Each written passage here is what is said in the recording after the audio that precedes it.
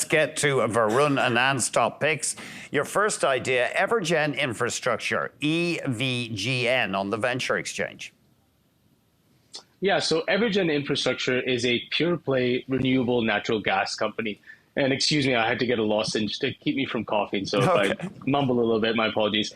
So EverGen is what we consider the best way to play renewable natural gas globally.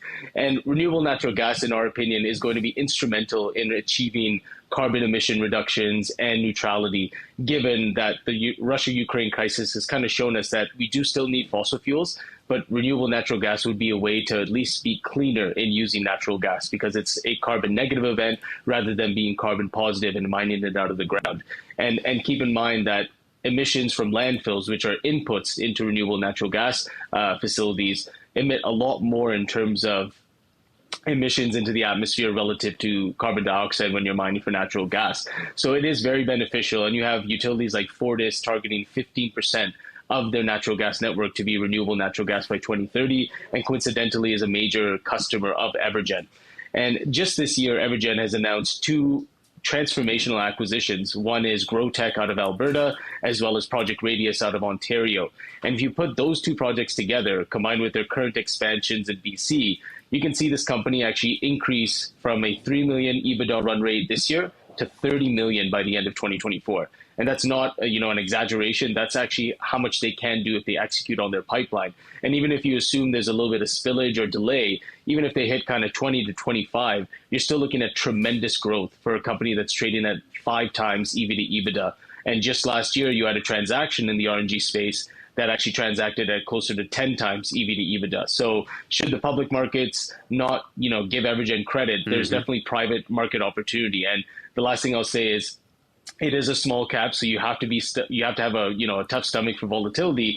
But most recently, the company announced that the TSX had approved their NCIB, which allows them to purchase back 5% of the outstanding shares. So I think that's really going to give some support to the shares as they execute on these catalysts, obtain project financing for some of their expansions, close on acquisitions, and attract more institutional capital. So it's our best idea in the renewable space. And I think, the stock's probably worth closer to $10 or beyond, which represents, a total return well in excess of 100%. Your next idea, Northland Power, the wind energy giant in Europe. Yep. Yeah, it's funny that you say that. I mean, nobody would have described them that way a few years ago, but that just, speaks to the growth that Northland has had. But they have thermal facilities, they have solar, they have a Colombian utility as well as assets in Mexico. And what I view, Northland Power currently is that they are very catalyst rich over the next 12 to 18 months. So they have a number of growth projects, two of which are quite large. So they have Hai Long in Taiwan, which is an offshore wind project, as well as a Polish offshore wind project that we should get updates on through the back half of the year. Particularly Hai Long, it's a $7 to $8 billion project.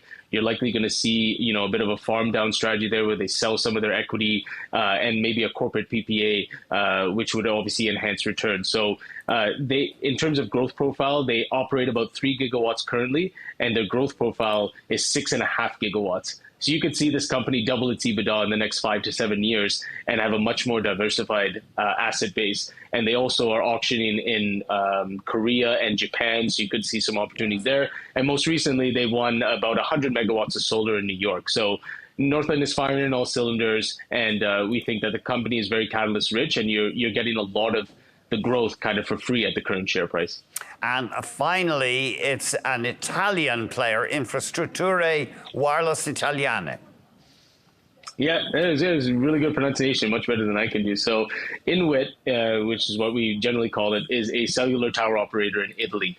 And you've heard me speak about the cell towers many times before. And the reason why we like Inwit is because its valuation is very undemanding, and they have a unique structure where they sign contracts with wireless carriers to put equipment on their towers, and then they get monthly recurring revenue. Now, what's unique about Inwit is that they have an inflation escalator that is uncapped, and they also base it on the trailing 12 months inflation number. So for 2023, you're actually going to see the best organic growth numbers out of all cell tower operators, because Inwit has underwritten about 1.9% CPI, yet in Italy, it's averaged about 6% in 2022. So that's going to lead to very robust revenue growth. And on top of it, Earlier this year, there was a transaction that cleaned up the shareholder structure, and now you have a financial investor in Ardian that owns about 30%, and Vodafone that owns about 30%, which is strategic. Generally, strategic and financial partners don't coexist for long, so I would expect some activity on the M&A front.